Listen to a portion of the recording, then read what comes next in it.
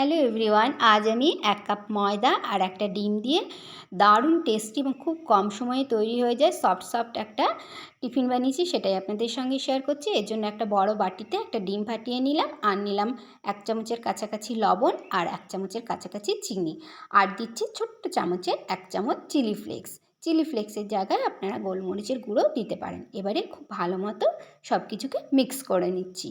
সব কিছু খুব ভালো মতো মিক্স হয়ে গেছে। এবারে আমি দিয়ে দিচ্ছি 1 কাপ ময়দা। ময়দাটাকে একটু নাড়াচাড়া করে নিলাম ডিমের গোলার সঙ্গে। তারপরে এতে আমি দিয়ে দিচ্ছি 1 কাপ দুধ। তো আমি একটা ভুল করেছি, 1 কাপ দুধ যে আমি দিয়েছি একবারেই দিয়ে দিয়েছি, তার জন্য লাম্পস হয়ে গেছিলো। লাম্পসগুলো ভাঙতে আমার সময় লেগেছে। তো আপনারা এই 1 কাপ দুধ বারে বারে দেবেন, একটু একটু করে, আর মিক্স করতে থাকবেন, তাহলে এই লাম্পসটা হবে না।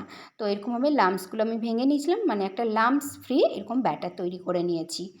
এবারে এই ব্যাটারের মধ্যে দিয়ে দিচ্ছি একটা ছোট্ট পেঁয়াজ আমি মিহি করে কেটে নিয়েছি, আর সেই পেঁয়াজ কুচি দিলাম, আর একটা ছোট্ট টমেটো বীজ ছাড়িয়ে এরকম মিহি করে কেটে দিয়ে দিলাম, একটা কাঁচা লঙ্কা কুচি, আর দিলাম ধনেপাতা কুচি, আর খুব অল্প 2-3 পিঞ্চ মতো হলুদ গুঁড়ো দিলাম এটা রঙের জন্য, আর দিলাম 1/2 চামচ গোটা জিরে, আর 1 চামচ সাদা তিল দিচ্ছি। সাদা তিল না থাকলে না দিলেও চলবে, কোনো অসুবিধা নেই, তবে তিলটা দিলে ফ্লেভারটা নিশ্চয়ই ভালো আসবে, বুঝতেই পারছেন। এবারে সব কিছুকে খুব ভালো মতো মিক্স করে নিলাম, এরকম একটা ব্যাটার তৈরি করে নিয়েছি।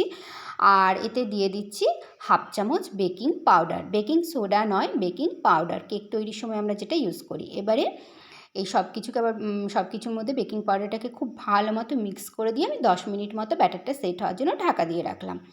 10 মিনিট পর ব্যাটারটা রেডি হয়ে গেছে, ঢাকাটা খুলে দিয়েছি। এদিকে ওভেনে প্যান বসিয়ে গরম করে এতে দিয়ে দিলাম 1 চামচ রিফাইন অয়েল। তেলটাকে এই ভালো মতো আমি প্যানের মধ্যে ছড়িয়ে দিলাম।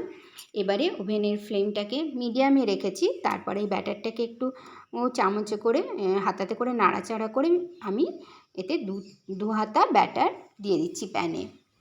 এটা খুব সহজেই ছড়িয়ে যায় প্যানের মধ্যে। তো আমি এরকমভাবে প্যানের মধ্যে দিয়ে দিলাম ব্যাটারটা। এবারে এটা আমি যাতে কুক হয়ে যায় ভালো মতো, তার জন্য ওভেনের ফ্লেমটা লোয়ে করে 2 মিনিট মতো একটা ঢাকা দিয়ে দিলাম। 2 মিনিট পর ঢাকাটা খুলে দেখলাম যে ওপরের পোর্শনটা কাঁচা ভাবটা চলে গেছে। এবারে আমি এই পাশটা উল্টে দিচ্ছি। এর জন্য আর তেল দিতে হবে না, প্রথমবারে যে তেল দিয়েছি সেই তেলেই হয়ে যাবে, মানে খুব কম তেলে এটা রান্না হয়ে যায়। এবারে আবারও ওভেনের ফ্লেমটা লোয়ে রেখে 2 মিনিট ঢাকা দিয়ে দিয়েছিলাম যাতে অপর পাশটা ভালো মতো কুক হয়ে যায়।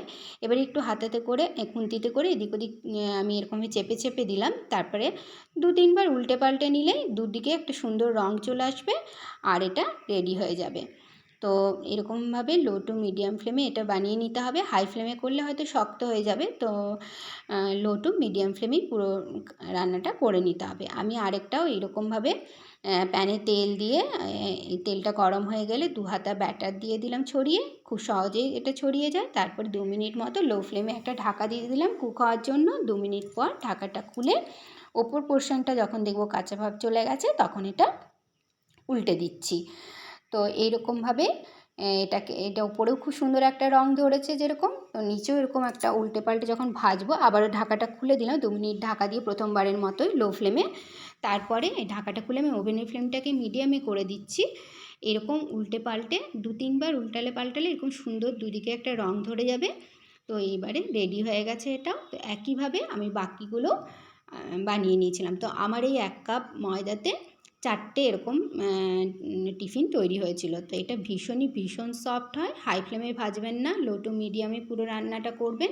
আর এই যে আমি ভাঁজ করছি দেখুন একটুও ফেটে যাচ্ছে না, আর এটা খেতে কিন্তু দারুণ হয়। ছোট বাচ্চাদেরও দিলে ওরা খুব মজা করে খাবে স্কুলের টিফিনে বা বাড়িতে ব্রেকফাস্টে কিংবা ডিনারে। আর বাড়িতে গেস্ট এলেও যদি ভাবেন কি বানাবো, তো চট করে এটা বানিয়ে দিতে পারেন। দেখুন কতটা সফট আর দেখতে কত সুন্দর, খেতেও কিন্তু অসাধারণ হয়েছিল। Please do like, comment, share and subscribe to my channel. আজ এই পর্যন্তই, দেখা হচ্ছে পরের ভিডিওতে এরকমই সহজ সরল কিন্তু মজাদার কোনো রেসিপি নিয়ে। Till then take care, thank you.